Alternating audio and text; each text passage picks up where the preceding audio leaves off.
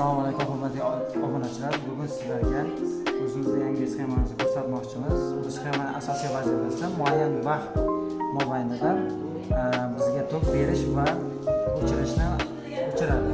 Buni o'zi maxsus potentsiometr, mikrosxemasi, manba, ikkita rezistor va kondensator ishlatilgan. Mana bu yerda asoratimiz ko'rish mumkin. Buni qanday chastotada ishlashini va bu yerdagi choqchamiz buni qancha sekundda o'chib yonishini aytib beradi.